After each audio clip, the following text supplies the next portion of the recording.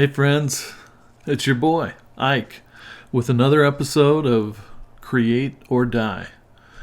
Now, before we get into the meat of the episode, let me just preface this episode with a little warning, okay? This episode is one where we're going to dive deep.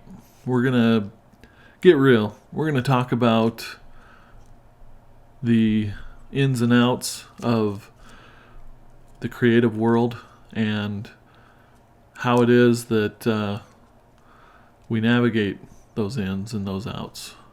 So if you're not ready for that kind of a conversation, just do me a favor, turn it off. Okay? But on the flip side, if you are ready, if you want to get real, you want to learn from some influencers out there, not necessarily in the creative industry, then you're in the right place. And you can go ahead and keep on listening, because like I've never said before, this episode, this one right here, it's going to be a good one.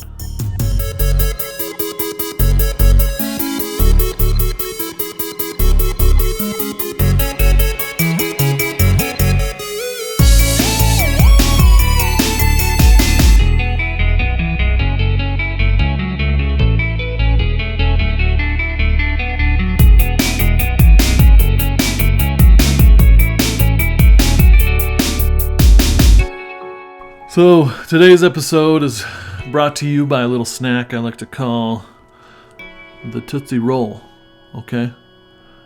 If you're ready to roll with it, you get yourself a Tootsie, okay? Now, I've been doing these pretend product placements or in-podcast promotionals, whatever you want to call them, and they're fake. It's just me liking stuff, being silly. So I apologize if anyone takes it serious or thinks that I'm not the perfect spokesperson for something as fine as a Tootsie Roll. All right. Well, it's been a crazy week. It's been busy. How about for you? I mean, you got the day job, you got the night job, which is the side hustle, the creative side hustle. You've got these desires for side projects that you want to do for yourself. You want to bust into this new animation program, or maybe it's an old one you haven't used in a while, or you see all the amazing work that's being produced out there by our fellow creatives, and you just think, man, if only I didn't have to work on this project, or if I didn't have this responsibility, then I'd be all over that. And I have definitely found in my experience that when I'm busy, when I've got lots to do, that's when the best ideas come. And I've been remiss of late because I haven't been capturing all those ideas down. They're so good that you just know that they're going to stay with you. They've been imprinted on your brain, right? And as soon as your plate clears, you're going to jump right in there and do it. But some of these amazing thoughts came to me as little as a day or two ago, and they're gone. They're gone. They're not here anymore. So I think with a little work, I can claw them back. But man, it's so important to have a sketchbook, have an iPad, have a notebook, use your phone's voice recording system, whatever, and just capture those ideas when they come.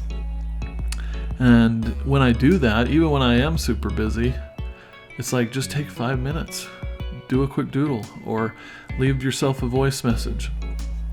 And then it almost like relieves you of that burden, and you can give whatever it is you're working on at that given moment, like your day job, its full attention.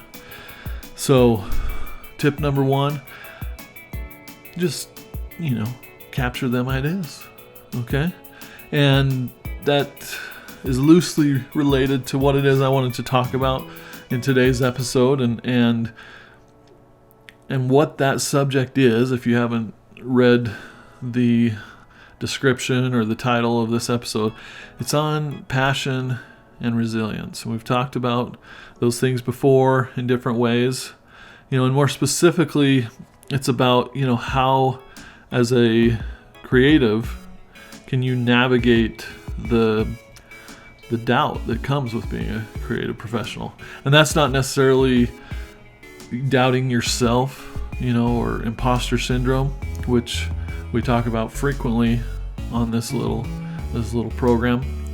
But instead, it's doubting why it is I'm working on this project, or as an actor, you hear the joke of, what's my motivation? What's the why, right? I think that's a big part of it. And it may be, I'm searching for creative excellence, and that's my why. Or I'm, I want to please my client or employer or peers or whatever, maybe that's it. And we'll dig into these things a little bit more, but and a lot of times you start something and it's so fun to start things. I can start 100 things a day. I can have 1,000 projects going at once. Now, probably exaggerating a little bit. It's the finishing that's the tricky part. Done is better than perfect. That's an aphorism that we hold close and dear to our hearts here at the Create or Die Industries Program, LLC / ... whatever. Or, the devil's in the details. You've heard that. It's so true. Whatever it is that you're working on, even if it is the thing that you're extremely good at and you've made that your passion, there's times when you'd rather be sleeping. You'd rather be playing a video game. You'd rather be just chilling on the couch with a little Tootsie Roll or 2 or 10. Okay? There's those times where you just ask yourself, like, man, I'm tired. I want to go to sleep. Why am I doing this? Last night, I was working on an urgent project for a client, and, it was for a presentation today, and so it had to be done. So I stayed up till 2 a.m. and then slept for 4 hours, woke up at 6 a.m. and spent another 2 or 3 hours before my day job started, and got it done. It wasn't perfect, but it was all right, especially with the tight timeline. And then I found out right after emailing the client that, we just found out the presentation got pushed off for a few days, so we're good. And obviously it would have been nice to have found that out the night before so that I could have gotten a little bit more sleep and not had to live on caffeine today in the variety of Diet Coke and regular Coke. You got to do a mixture, because if you go all, that's a different subject. Maybe Coke will sponsor our podcast one of these days. But, I questioned myself. Here I am working on illustrations, which is one of my favorite things to do. But man, I just wanted to sleep or be done with it or rush through it or give it, a less than complete effort or whatever. So that's the kind of doubt I'm talking about. Do you experience that? Or is it just me? Maybe it is just me. I doubt it though. I really do. I've heard from all y'all. We've talked. We've done lunch. You know I'm talking to you. You know who you are. All y'all.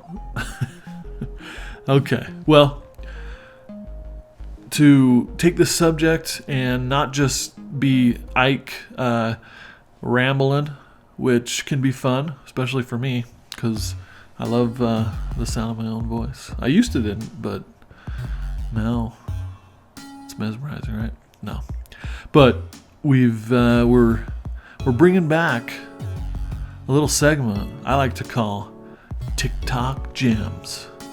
We need a jingle for that. But yeah, the past week or two, been doom scrolling on TikTok, and let me tell you, I've got that app dialed. It's just been serving up one after another of gems, little knowledge nugs, as you will, if you will. So we're gonna go ahead and roll some clips, okay? And I'm hoping that you may be willing to pick up what it is we decide to put down here, okay? So to start us off, let me ask a question. Do you ever feel like you're stuck? Let's hear what Ken Coleman, career coach and #1 national best-selling author of some books, has to say about the subject. You're not stuck. You're choosing to stay put because of fear or doubt. Fear is, I'm worried that something bad is going to happen. I make the wrong choice, and I'm worried about that. Or I doubt my future, and so I choose to stay back. Okay, I thought that clip was going to be longer than it was, so I went ahead and popped a Tootsie Roll. Okay, so now you've got to hear me talking or watch me chewing, and I apologize, but we'll just go with it. So you're not stuck. You're choosing out of fear. I'm choosing out of fear not to take that big leap that may take this podcast nationally, or if I were to put my full time into something like this, what could it be? Sure, my family may go without and hate me forever, but I'm not stuck. Now, we're just serving this stuff up. You decide what works for you. Now, I know that's scary, and that's why we have responsibilities. We got to be real about these things. I think it is true. It is just fear, but some of that fear is healthy, and I'm certainly not, trying to convince you to do something reckless. But as we'll hear from our next clip from a Miss Mel Robbins, podcaster / influencer / author, you got the answers in front of you, okay? So she shares maybe some ideas on how to figure out how to get unstuck. Let's go ahead and roll that clip, please. I don't know what to do. I'm 22. I'm stuck. I'm miserable. I don't even know how to start. And I said, I actually think you do. I think you're just scared. Take out a blank piece of paper. Draw a line down the center. On the left-hand side, I want you to write happy me. Now close your eyes and think about a time that you remember being happy or more confident or alive. It could be any word you want, right? And you might have to go back to childhood. Just do. Great. Write down what your life looks like now. Compare the two. Your own life experience offers the map. And we want to overcomplicate these big words like happiness. I know I did for decades, or confidence. It's actually found in the little things. If you do this simple exercise of drawing a line down a piece of paper, and you write down what life looked like in great detail. When did you wake up? When did you go to bed? How often were you with friends, family? What were you doing for work, exercise? What were you eating? If you then compare that to what life looks like now, you now know what to do. And the fact is, your whole life is the little things. There you go. I haven't tried that yet, but I plan to. Get yourself a piece of paper. Think of a time when you were truly happy, when things were going well. What was it? What were the things you were doing? Write that down. And then how does that contrast from what you're currently doing? I know something that's missing for me, for sure, is consistent exercise and self-care. Because as you can see, I'm a mess. I need help. You know what I'm saying? We all need to take our breaks and prioritize, for sure. And I find myself riding my ass pretty hard. You're sitting in that chair. I can sit extremely well. We're talking marathon status, like Ironman sitting abilities. Sign me up. It's amazing how quickly I move from one sitting position or location to another. You take me to work, guess how I got there? Sitting on my butt in my truck. And then as quickly as possible, I find that seat at work. And yeah, it's a sit-stand desk, but guess what I choose to do? Sit. Okay? Because this is for real. I'm trying to show that I can sit better than the rest of them. You see people around me, they be standing, at their desk like some kind of fitness model or something, And then I come home and I sit myself in this seat and I do the work. I put it in. I've got my hands on the keyboards, my hands on the mouse. We're working. I've even learned how to reach for things across the room and stay seated. It's not easy, okay? But if you believe, I apologize. That was one of the most self-deprecating tangents I've ever taken. And it happened right here on the podcast. But let's get back on track. Okay, so we've learned about the fact that we do get stuck in life. We let fear, immobilize us. And from Mel Robbins, we've learned a way to get maybe unstuck. And now we're going to hear a little advice from my boy, Gary V, entrepreneur, social media powerhouse that he is. So let's go ahead and roll that clip.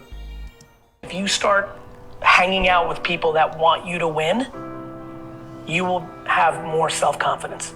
If someone's telling you you're awesome instead of you suck, you're a different person. Amen, Gary. And maybe that isn't the best segue from the last subject, but I needed a little pick-me-up. I don't know about you, but when you're at work, when you're creating, and if someone is just blown away by what you've done, that just makes your day. Am I right? You're like, wow, you thought that was good? Wait till you see what I do next.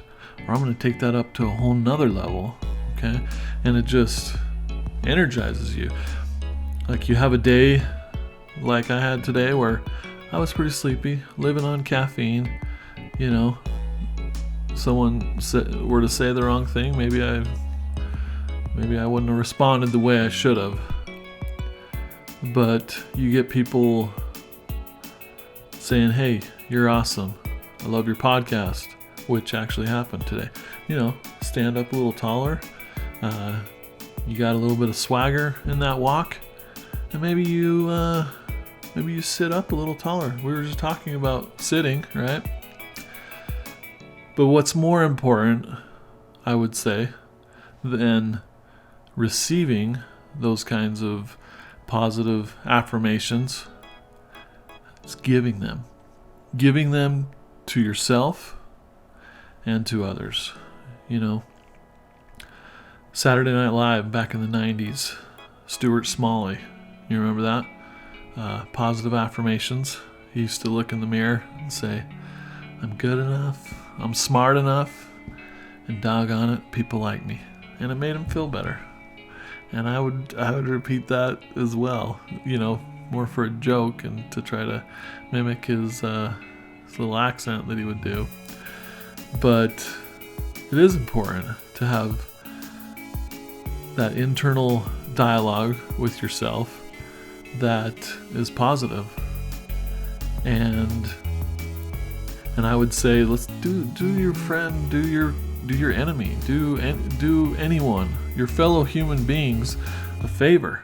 When you see that they're doing something good, when you recognize that they've made progress, when they've put themselves out there and created something, it doesn't take much to just say, hey, good job, I like this, I love what you did here.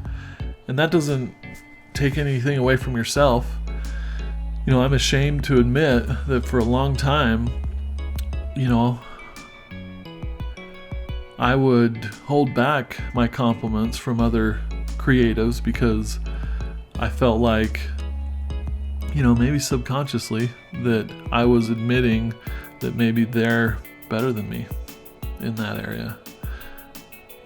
I had to, and I still struggle with this, thinking that, oh, sure, if I didn't have a full-time job, I could create amazing work like that, but I'm doing commercial art. I'm just, churning and burning, right? But if I had all the time in the world to work on that one thing, it would be amazing. But guess what? You can choose how you use your time and what you devote your time to.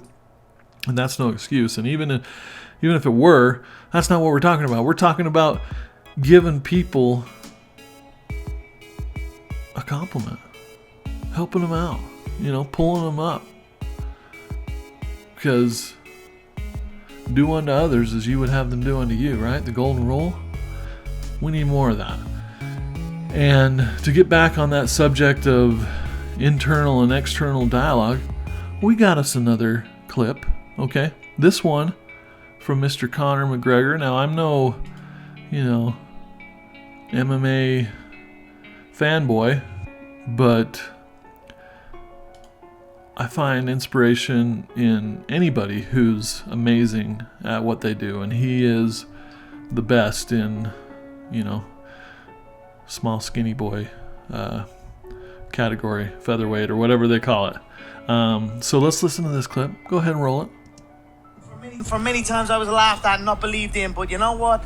Nothing external can defeat the internal. The only thing that can take someone down or break you down is internal. Nothing external is strong enough. It's just about making sure your internal dialogue and your internal belief in yourself is strong enough that it can withstand the external. The external is there. You've got to accept it. You've got to embrace it. You've got to understand it and be aware of it. But don't let it seep into your internal dialogue. So that was awesome. You could hear the individual in the background agreeing with him. That was none other than Tony Robbins, the man who needs no introductions, right? I've never seen him in an interview so excited about who it was he was interviewing and how true what it was that person was saying came across, and you can just feel it. I mean, it comes from some really deep place. Conor has experienced those external influences, and he chose to be strong internally, which he's certainly strong externally as well. But, at half my size, I'm sure he could absolutely destroy me. But that's not what's important here. The important thing is be passionate to the point of ridicule, which was an aphorism from my late friend, Mr. Brandon DeWitt, who we've mentioned on the program time and time again. Do you believe in yourself so much that you're really truly presenting that true version of yourself? Or anytime we're creating, right, it's a piece of us. If we're really pushing the boundaries, like we heard from Derek Bowman on the last episode, you're gonna fail. You're gonna turn some people off. I remember the early 2000s, Quiznos sandwich place. They had the classic safe sandwich commercials with happy people eating sandwiches, and it was just more of the same, right? Just the noise of advertising that we hear everywhere. Then out of the blue, they came out with these commercials. I don't know if you remember them. They really resonated with me. I was going to school at the time for animation, and so they had these little black, fuzzy, crazy little characters, little ball guys with crazy faces, and I'm gonna have to go back and watch it. But it was just so different, so irreverent from what it is that they were doing or any other sandwich shop. And I just loved it. I mean, every time those commercials came on, it was just like, wow, this is great. I want to go get me a Quiznos, okay? And my boss at the time, I was working a blue-collar job. I would get Quiznos for lunch quite often. And he brought up those commercials and how much he hated them. And, he was a different generation, and but he knew them. He knew of them. It was like he had an opinion of them. I had an opinion of it. It was totally different. But, they put themselves out there. Now, maybe it didn't pay off. I think it did. They were blowing up, going everywhere, and I think they went safe, and that's why they've experienced their kind of downfall. I mean, the only places that have Quiznos anymore are like a couple airports and conference halls or something. I mean, maybe where you live, Quiznos are more prolific, but they're not here in Utah anymore. Very regular, like they used to be. One in every city. Anyways, I'm getting hungry. Someone get me a sandwich, please. Yeah, my producer, who is my wife and not on this podcast at the moment. Yeah. But again, another kind of tangent about something telling about myself. I like to sit down and I like to eat. Okay, sorry. But yeah, be passionate to the point of ridicule, and don't let the external defeat you. It's only the internal. It's only what you say about yourself in the end. And so, what if we could just kind of skip over some of these steps and maybe just hear about like the shortcut to success? It's like I've been doing creative work for 15 plus years. I should have some answers about like, hey, just do this and you're golden, right? Like you can get that job, you can sit back and coast.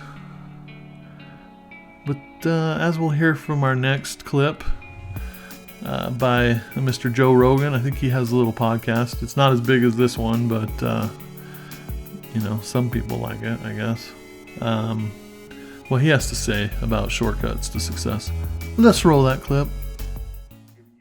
If you really want to be the best of the best, you have to treat every day like it's a whole new project. And there's no shortcuts, there's no slacking off, and your commitment must be 100%. What? There's no slacking off? There's no shortcuts? Commitment has to be 100%? Buzzkill, right? I don't think so. I think what that tells me is that it's not about the luck of the draw. It's not about that person was more privileged and got into that school, or was given that job, or that introduction was made for them, or they got that most amazing internship during school or right out of school or whatever. Now those things help, but when it comes right down to it, it's about putting in the time, working at it, waking up every day and saying, I'm going to do this thing. I'm going to find ways to optimize my life to ensure that I'm getting the things done that I want to get done. Like, serious, Like, the more I do, the more I take on, the more I want to do, the more I want to take on, the more I believe I can take on. And I believe that a person's capacity can definitely grow. I mean, I've seen this in myself. I've seen this in others. You bring on a new creative onto the team, and whether they're have some experience or they're a junior designer, the more you put into the job, the more you care, the more you know about the product or the IP or whatever it is you're working on, the quicker you're going to be able to create really good stuff. That's one of the reasons why I think having a healthy amount of creative pursuits outside of your day job is important, because like for a long time there, I told myself, okay, I've got a day job. I'm not going to do any freelance work, any contracting, whatever. For the most part, I'm just going to focus on this. And it was nice because, you're not stressing as much, but, juggling as many balls or spinning as many plates. But I've found that when I do these other projects, I get a chance to work on other brands. I get a chance to look at things from a different angle, or I get even more time in different applications that maybe I don't during the day job. Because especially as a creative leader, you spend a lot of time leading. You spend a lot of time enabling others to do the work. But I need that outlet. I try to get plenty of it in my day job, but having those outlets outside of work makes you that much more sharp. I think, you're able to employ these different tools or techniques that maybe you wouldn't have had you not, had to use it for a different project outside of your day job. You can think more creatively. And as we've talked about before, it's like, because you're more than just your day job, if things aren't going great at that job or you have a bad day, it's not a reflection on you as a creative. It's just the circumstances of that day or that job or that interaction you had with your coworker or your boss. So, yeah, that's what I'm talking about. You got to do the work, but it's good because it means that anybody can do it. It just takes some resilience, right? And some discipline. And on this subject of secrets to success, or, shortcuts. My girl, Barbara Corcoran, I believe that's how you pronounce her last name, Cochran, investor on Shark Tank, right? She's got a little bit to say on this subject. So let's go ahead and roll that clip. What would you tell a 20-year-old who wants to become a millionaire? They ask you, Barbara, what's the fastest way to become a millionaire? I'd say take the money out of the equation and focus on one thing only. Try to find something you do very, very well.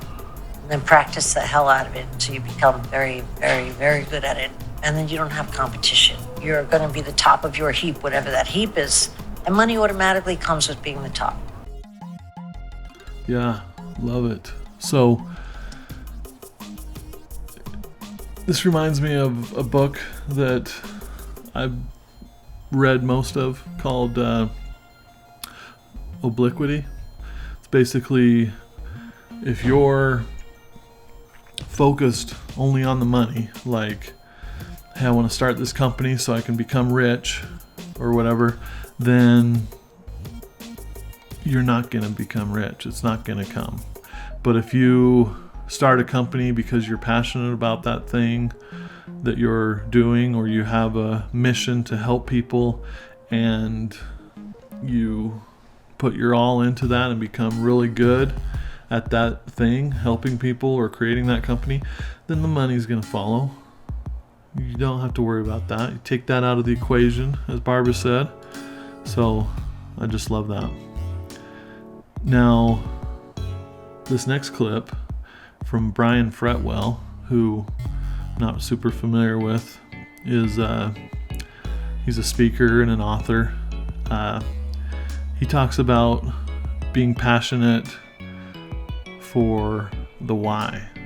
You know, it's not necessarily that you're passionate about what it is you do for a day job. And that goes back to, even if it is your passion, it becomes work at some point. And so you have to decide why. Why are you doing this, right? So let's go ahead and roll that clip from Brian, shall we? I asked one of the hardest working people I know their thoughts about having passion at work, and their answer changed the way I think about the term. See, he always showed up early, he'd stay late, and he worked so hard at what he did that we all just kind of assumed that he loved what he did. So when I asked him if he was really passionate about what he does, it really surprised me when he said no. And when I asked him why it is he works so hard at something he's not passionate about, he said, it's because of the thing I am passionate about. He said, the reason I work the way I do is because I know what I'm missing and I want to make it worth it. He said, I'm not passionate about this job. I'm passionate about the people that are waiting for me at home. And when I get there, I want them to know I didn't waste my time. And I don't love my coworkers, but I give them everything I can so they can go home feeling they made the most of their time as well. In that conversation, I realized that maybe you don't need to be passionate about what you do as long as you're passionate about why you do it. I love that. That really puts it into perspective. It's like, you know, when I look at this personally in my own life, you know, it's always been one of my greatest desires to be able to provide well for my family, you know, to ensure that they have the things that they need, to help them avoid having to experience the pain that comes from being financially strapped, or going to school and feeling like you can't succeed at this math class, for example, because you can't afford that $150 graphing calculator or whatever. And so I knew that if I was going to work really hard to try and provide this for my family, I wanted to do it doing something that I enjoyed, because I've spent in my earlier days plenty of time doing work that I most certainly did not enjoy. You know, physical labor being on my feet all day, not being able to sit down, right?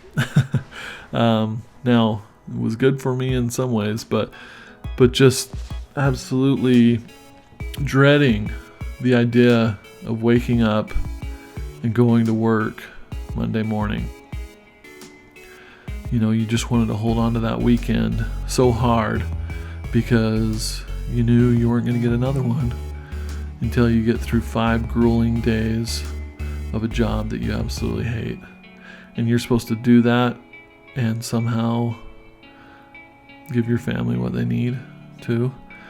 And this Brian Fretwell talked about a friend that, maybe he wasn't passionate about his job, but he found a way to work through it and think about what he truly is passionate about, which is his family, those people waiting for him at home.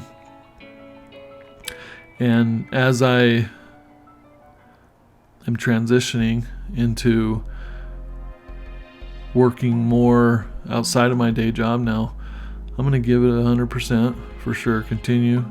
I love the mission for the company I work for. I believe in its success. That alone is good.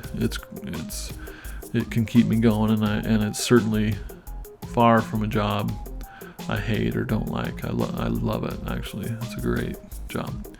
But like I've said in the past, I don't want to put all of my eggs in one basket.